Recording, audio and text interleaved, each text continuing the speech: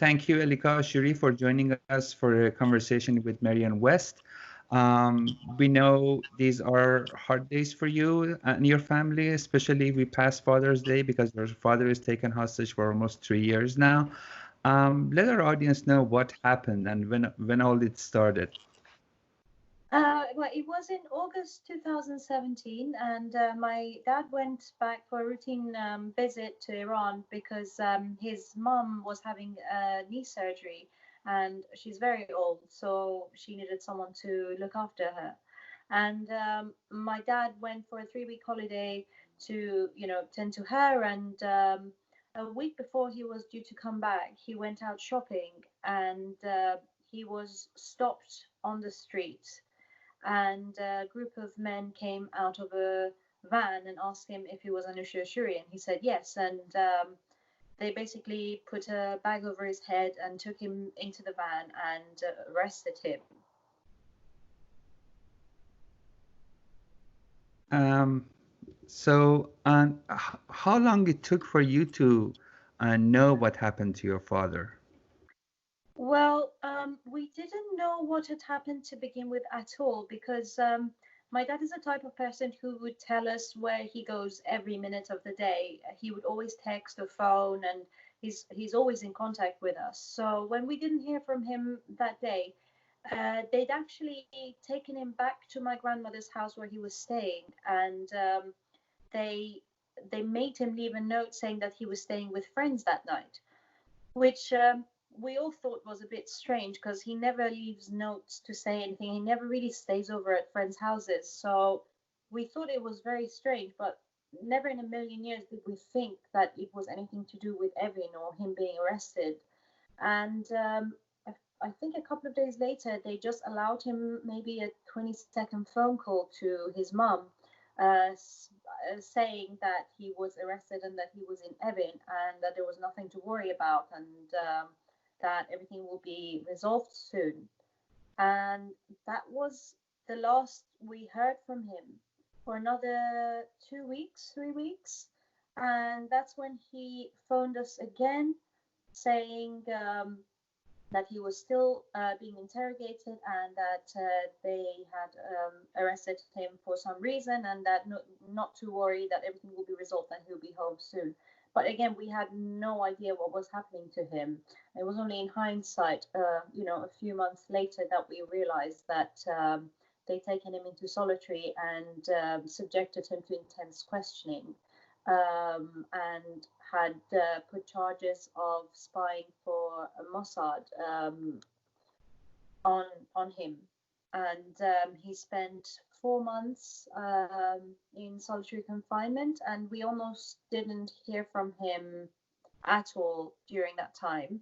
We only heard from him once when he again rang to, I think, tell my nan that some men could come to the house and would go through his things, and that he actually asked us to cooperate with them because he said he has nothing to hide, and for them to, if to for us to give anything they want to them, so that they could see that he's done nothing.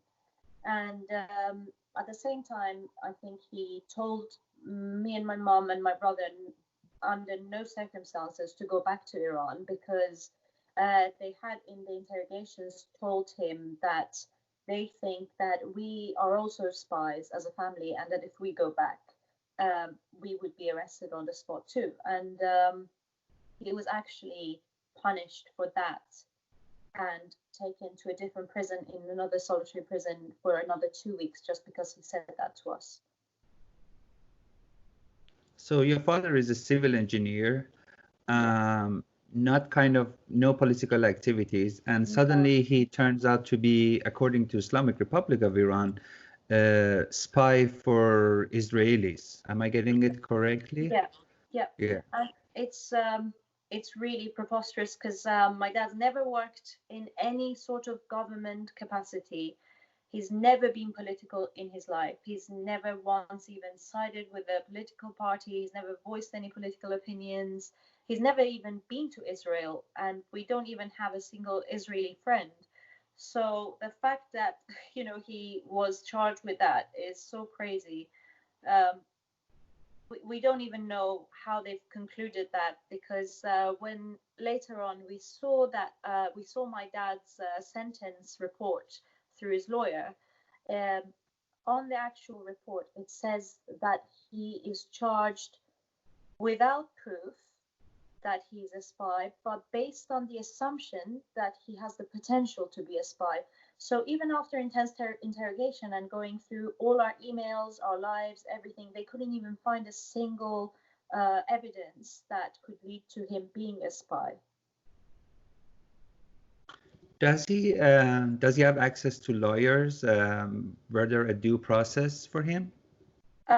He didn't have access to lawyers for the first year that he was in there. I mean, it took a while for them to actually move him to from solitary, where he was being interrogated, to a normal ward, where he's with other prisoners. And even when he was there, there's a queuing system where you have to wait for your turn, for your trial to come up.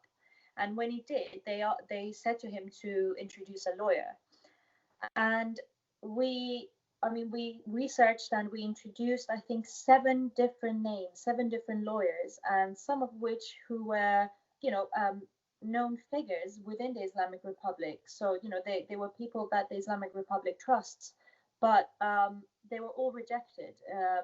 Every single lawyer that we had was rejected by them, and this process took about 8 months.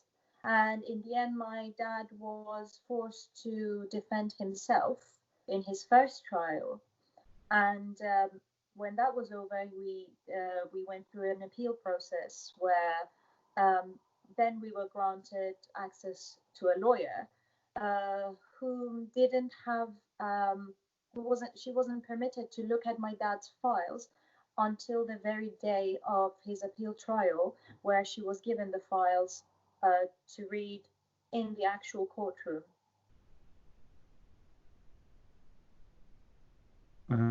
Were you had a chance to be in touch with the lawyer and see what are the options?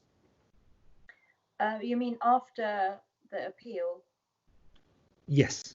Um, yeah, I mean, once well, his appeal was rejected immediately, and after that, when he was sentenced to 10 years in prison, there really isn't much else that you can do in terms of, you know, changing that sentence or that decision. So we basically don't have anything else that our lawyer has no power to do anything else in any regard during the in to his case. So yeah, there's not much that we can do really. It was too little, too late for them to allow us to have a lawyer. Your father is a British citizen, he has dual nationality. He's a Yeah. British and Iranian. Have you appealed to the British authorities to do anything for his release? And if so, what was the reaction, response, what they've done? Well, we didn't actually go to the authorities to begin with, because we actually didn't have, I mean, we didn't have any experience, obviously, in such extraordinary circumstances. So for a long time, I mean, at first we didn't have any, we weren't in touch with my dad for the first 4 months. And when we were, everything was very on and off, and we weren't sure whether it would aggravate the Islamic Republic more if we actually went to the British authorities. And the reason we actually contacted the Foreign Office was because my dad said that his British passport had been confiscated by the Iranian authorities, and that he was worried that it might be misused. So that's the reason he said to call the Foreign Office to inform them that this person, if his passport in any way comes to light, that it's not him.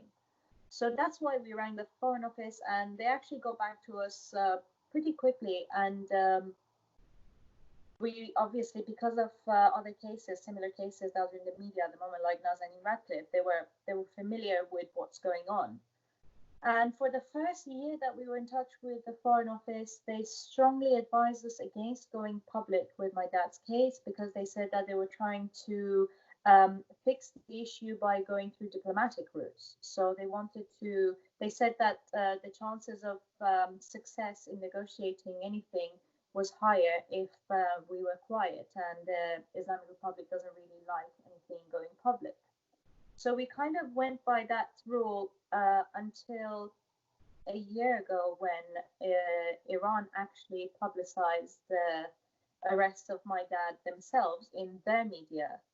And that's when we were actually definitely assured that this is a hostage situation because, a hostage doesn't have any value if they're not known. So I think they couldn't wait for us to go public anymore, and they took the first step. And that's when we thought we would kind of take over the reins and control the narrative. So we went public. How did they do that? I mean, the Islamic Republic, how did they go public with this? We actually didn't know. We woke up one day to some of our friends and relatives in Iran messaging us saying, "What's going on? Is this true? Is this really Anoosheh?" And we didn't know how this news had gone up, but then we realized that they had announced my dad's name in papers and TV as a spy that they had captured, and kind of basically bragged about the fact that they've caught another spy, and that's how we knew. Usually in the time of hostage taking, there are demands. Were there demands, given anything to you, your family? Not to our family directly, but there have been many hints from the Iranian foreign ministry and Iranian officials. And also, since we've talked to the Foreign Office, as much as they like to disregard this, there is a £400 million debt that Britain owes Iran for some weapons and tanks that were purchased pre-revolution. And this purchase, for some reason, hadn't gone through, or it hadn't completed. But England still owes the money that in return for these items, and there is a strong possibility that there's a link between this debt and the hostage takings for British dual nationals. So this contract that you're saying, it goes back to like more than 40 years ago, right? Yes. So why now? I mean, yeah. Not that we are talking about the rational system, but again, I'm thinking. Well, I mean, we know that Iran has a very long history of hostage taking anyway for various prisoners, and that there's always an angle. But we think because of the sanctions and because they're in a tighter spot right now, financially and economically, that pressure nowadays to have an injection of cash is a lot more urgent than it was before. So, I mean, I don't think that Iran is very known to go about things diplomatically. So they are going about it the way that they know works, which is hostage taking. And unfortunately, it coincides with this, with our situation and dual nationals that are currently being kept. And it's not completely exclusive to Britain. It's the US, France, Austria. All these countries have dual nationals taken hostage by the Iranian government, and each is for a different, either financial or a prisoner swap. That there's always something. And I think recently the Iranian foreign minister, Mr. Zarif, went on Twitter after the release of the US hostages and openly said that they are up for any prisoner swaps for their demands being made. And I believe the phrase that he used was that there would be no cherry picking in the release of our prisoners. So basically, this is a business they ran successfully for more than 40 years now, starting the revolution with the hostages. And it's still going on because there was no repercussions ever for them. I don't think there is, and I think there is a very urgent call internationally for a bill or a law to pass to protect nationals who want to visit Iran um, to protect them from this, because at the moment there is no international effort to protect the civil rights of dual nationals, and it's kind of been swept under the rug because it still happens, and there are very faint warnings about visiting certain places, but when you're a normal citizen and when you've never been involved in anything political and you go back and forth, sometimes necessary, like my dad's trip was sometimes unnecessary, you never know that this could be something you'd be subject to, which we now in hindsight know it's a very wrong mentality to have, because it could happen to anyone, because currently only British dual nationals, there's 12 of them in Evin, all of whom are innocent, and some are very young, some are even dual nationals that aren't Iranian, like Miss Kylie Gilbert Moore, who is Australian British, and there is no main call for defense for these people. Well, the good thing is from the American side, we see that the Senate is moving ahead. They're having more laws for protect, but it's bizarre to see how Europe is very quiet on this. I know the Swedish Iranian doctor is hostage in Iran. There are a couple of Austrians, one French Iranian, as you said, British Iranians, but Europe, there's nothing, no call, no statement, nothing. I don't know why. I mean, that's our question as well. I mean, we've gone to the Foreign Office, we've talked to various people in high places, we've talked to the Foreign Minister, to the British Ambassador in Iran. They always have the same exact words and sentences that they use for us. They say that they're doing all they can, but Iran doesn't recognize dual nationality, so they're not allowed consular access to their subjects, and basically there's a very clear lack of interest in resolving the issue, because I think it hasn't been made um, urgent enough for them to take action. And it doesn't help that many of these families stay quiet because they have relatives in Iran, because they have people that have to travel back and forth, and they know, or they're scared that if they do speak up, that they could be putting their friends and family in danger. I mean, it's what we were afraid of as well. But at some point, my father said, "There's nothing to lose, really. That I can't get into a worse situation than I am in now. So let's just go public and see where it takes us, since it's the only avenue we have left." Going back to the Europe, I see that American officials like Secretary Mike Pompeo, they are very vocal about the hostages inside Iran. Even Murat Tahbaz, because he's Yes. Iranian, British, American, Yep. and Siamak and Baghar Namazi are in Iran. So the Americans are constantly talking. National Security Council constantly talking. But I have no idea why. I don't get it. I mean, We don't what get it. Europe has to lose? Yeah, I honestly don't know. I don't know the answer to that question. We've asked that from the Foreign Office time and time again, but to be honest with you, they are even reluctant, even now, to link the hostage takings with the debt or requests. And even if they do acknowledge it, they say that they don't answer to brutal force and to bullying, and that they don't, what they say to us is, what if, we free these hostages and they take more hostages? But where I'm coming, well, where my way of thought or thinking is that if they had paid this debt a long time ago, then these 12 dual British nationals wouldn't have been arrested, because there would have been a different fate. There, maybe there wouldn't have been any more demands. But because of prolonging this and because of not taking any action whatsoever, they're risking the lives of more dual nationals as every day goes by, and more people are being arrested every month. So by not taking action, they're actually making the matter worse.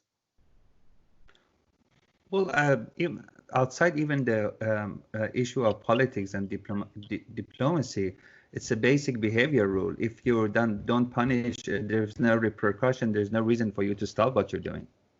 Exactly. Yeah.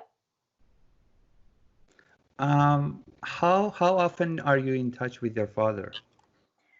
Well, he rings my mother every day, which I think is different to the women's wards, because I think I'm not sure about this, but I think in the women's section you're only allowed one phone call a week or two. But I think it's different in the men's prison, where all the prisoners can call. I think there's 7 set numbers that they give to the prison, and they're allowed to call those numbers with phone cards that they prepay. So my dad rings my mom once or twice daily for maybe 10 minutes each time.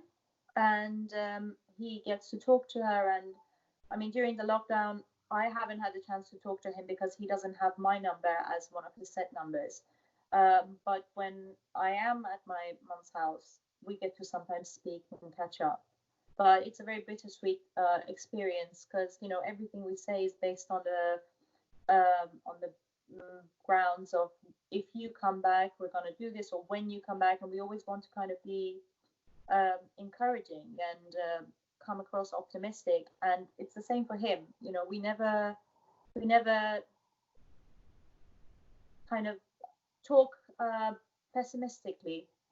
Everything is kind of just like a really normal conversation, as if he's just in Iran and we're just having a chat until he comes back. How is he mentally, spiritually? How is the state of his mind? Um, At first, it was awful. When he was first taken, obviously, he was in the infamous solitary ward of Evin, where the lights are constantly on 24/7, and there's noises. They put you under tremendous psychological torture. So they actually threatened him while he was in solitary, and told him that if he didn't confess to things, that he would hurt his family. And obviously, because they had hacked into all his emails and accounts, social media, they knew a lot about him and about us. So they would, for example, threaten him by saying that one of their agents is outside where I work, and that he would kill me if he didn't confess. Or they would say that if my mother was taking the dog out, someone would find her and stab her if he wouldn't confess. And under that kind of psychological torture, you that's when he attempted to kill himself. My dad had 3 different suicide attempts, and he told us later on that it was just so that he could put himself out of the equation, where they couldn't threaten him by hurting us. So he thought that if he was out of the picture, then we would be useless to them. And after that, I think he went on a hunger strike for 17 or 18 days, and that was his last suicide attempt. And I think they threaten you, if you don't eat, to lock you in with very dangerous criminals like murderers and pirates. And so they give you a lot worse scenario, so you kind of have to end your strike. But eventually, when he went to another ward with other prisoners, and things kind of stabilized, for lack of a better word, um, he he got better. And because my dad's usually a very optimistic, very very positive person, he started to make friends. He started to actually learn other languages, learn other skills, because there are a lot of like-minded people in there with him. Everyone in there is very highly educated. He actually says that they have a nickname for their ward, and it's called University of Evin. And they try to teach each other's trades. So yeah, he's learning languages. He actually is training for marathon. They have access to a gym once a week, so he does laps for 2 hours around the gym, that the amount of time that they're allowed to go there. So he is trying to keep himself mentally and physically okay, because he says if he doesn't, then he would become a zombie like everyone else who just kind of lives day to day aimlessly. I think that the whole point of putting you in the prison, that's big, they want you to get to that stage. It's a torture. It's a systematic torture. Yes, it is. Yeah. And they know it. We know it. Everyone knows that these people are innocent, but they know that admitting to that defies the whole purpose of these actions. Um, if you could, for those who have no idea this process of hostage taking in Iran, share, how your life changed after the incident and they took your father. Well, I mean, this is the biggest change we've all experienced in our lives as a family. At first, I think you're in denial. I think for the best part of the first year, we were in complete denial. Um, we always thought that, because in Iran, as horrible as it sounds, being arrested is not that unusual. I have friends who, just for going to a cafe and holding their boyfriend's hands, get arrested and put in solitary or get punished or, for anything. I know a lot of my friends in Iran who've been arrested for one thing or another. So we always thought that maybe they want money, maybe they want something, there's a misunderstanding. So you're always thinking that there is obviously some sort of mistake or some other motive, because you know that your loved ones are innocent. And when he attempted to end his life, that's when I think it was a wake up call for all of us that this is a lot bigger than us. And as we started to talk to the Foreign Office and as we started to research more into the situation and also comparing it with Mrs. Nazanin Radcliffe and other people, we realized that we are kind of, without wanting to, involved in this bigger game, that unfortunately we've been chosen as pawns to enter this game. And it just fills you with anger daily, especially with the pandemic, with coronavirus. We know that Evin is a very unhygienic place, and we know that there were cases of corona in the prison. So, every day you wake up, you prepare yourself for the worst news imaginable. And every day you kind of think this could be the day that there would be no phone call, or this could be the day that you get a phone call that you don't want to hear.